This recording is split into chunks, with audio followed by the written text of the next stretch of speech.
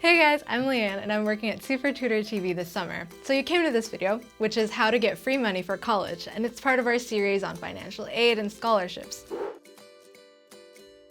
Before I go on, make sure to like and subscribe to our YouTube channel and check out our other college admissions posts and test prep material on SupertutorTV.com. And if you're taking the ACT, make sure to check out the best ACT prep course ever, which can also be found on SupertutorTV.com. Let's face it, college is expensive, and you're probably wondering how exactly you're going to pay for it. Well, lucky for you, there is free money to take advantage of out there, and it comes in the form of scholarships. And that word might be a little daunting, but I'm here to tell you exactly how to apply for them, what colleges offer the best need-based and merit-based scholarships, and how to apply for independent scholarships outside of schools as well. Before I get into the specifics, I want to emphasize just how important it is to start looking for scholarships early, especially if you're looking into certain ones. I found that it was helpful for me to chart these on a table, like deadlines, eligibility requirements, and necessary documents, because you don't want to miss out on applying for something just because you didn't have the necessary documents in order. And so, yeah, make sure to start early. To start, you have to fill out the FAFSA, which will determine your eligibility for federal aid, and it'll indicate to the schools that you're interested in that you need assistance with paying for tuition and other expenses. Certain schools also require the College Scholarship Service, or the CSS Profile, and you're going to have to do this through the College Board. This profile determines your eligibility for non-federal aid, and this could be through the school or through other independent scholarship programs. Just a very important note, unlike the FAFSA, the CSS Profile requires a $25 fee to apply for one school and then a $16 fee for every school after that. But if you do qualify, you can waive this fee. We've linked all of the information on FAFSA, the CSS Profile, and which schools require the CSS Profile in our blog post for this video. Need-based scholarships are based on a student's demonstrated financial need. And so, like I said earlier, this is where the FAFSA comes in to determine if you can qualify for these. And so basically what the FAFSA does is it creates a student aid report at the end of it for colleges to determine just how much aid you can receive. And then as a part of your financial aid package, you can get need-based scholarships from this, and then your colleges will determine how much you'll get. And to limit student debt at graduation, some schools implement no loan policies and instead give out scholarships to cover a student's demonstrated financial need. You'll have to qualify as low income, which may be defined as having a household income under a certain threshold or being eligible for a Pell Grant. But this definition varies across schools, so make sure to double check. But a no loan policy doesn't mean that a student doesn't have to pay anything. A student still has a certain contribution that they have to make. Other colleges, some of which we have listed here, place a cap on how much a student can borrow to lower student debt at graduation.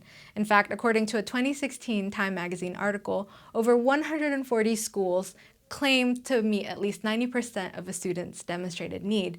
So as you can see, there are some top 10 schools listed on here, like Princeton, Harvard, and Yale, so it's not totally impossible to attend these schools if you qualify as low income.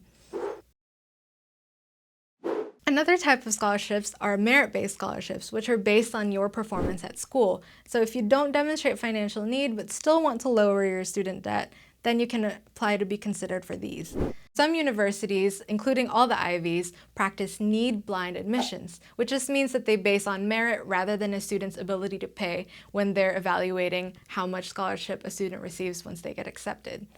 Shown up on the screen are schools that offer full-ride scholarships, which cover full tuition and are based entirely on student performance. As you can see, there are organizations like the Stamps Leadership Scholarship that appear across different schools like University of Chicago, Washington University in St. Louis, USC, and Tulane University.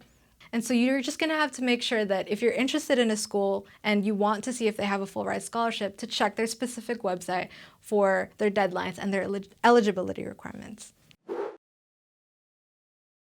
Beyond scholarships that are granted by the schools themselves, there are also independent scholarships funded by organizations that you can apply for. Again, I wanted to emphasize how important it is to do your research early so that you can see what deadlines, what necessary documents there are, and you don't miss out on applying for this free money. You might have heard of some of these, like the Gates Millennium Scholars Program, the SMART Program, the Coca-Cola Scholars Program, and the Ayn Rand Essay Contests. And we've linked all of these scholarships in the blog post for this video. I personally applied to scholarships that were specific to my background as well. And one of them that I applied for and ended up winning was the Western Union Family Foundation Scholarship Program. For this application, there were a few short answer prompts that I had to answer. One of them was about my educational and career goals, and I found that it was really important to show just how salient this end goal was for me and to detail exactly how I was planning to pursue it. And then another question was about community involvement, and so I talked about my volunteering experience both in and out of school. And then finally, there was a question about how the scholarship was going to help my family. And so I had to be very specific about my family's financial situation. For example, I had to tell them about my living situation in college and how I was going to be living away from home. It may also be advisable to look for scholarships that offer smaller awards. Those that offer large sums of money are going to attract more people, and so you're going to have more competition. But if you apply to scholarships that have smaller awards, you might have a better chance of winning because not as many people are going to apply. Don't be discouraged by the smaller amounts though. You could use these to pay for things like textbooks and supplies, and these definitely add up in the end. And then scholarship applications with several parts or longer essays might also discourage other students, but this should be your chance to apply for them because it's going to be a smaller applicant pool.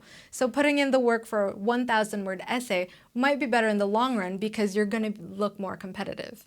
So in my research, I use the internet a lot to look up scholarships that were specific to my background, my interests, or my course of study. I also read up on a lot of books, and I've linked the most helpful ones like how to write a scholarship essay in the blog post for this video. Though it's a little obvious to say, apply for as many scholarships as possible. Putting in the work for an essay or an application here and there might ultimately literally pay for your college expenses, so in the end, it'll all be worth it. For more college admissions tips or test prep material, head on over to SupertutorTV.com. Bye!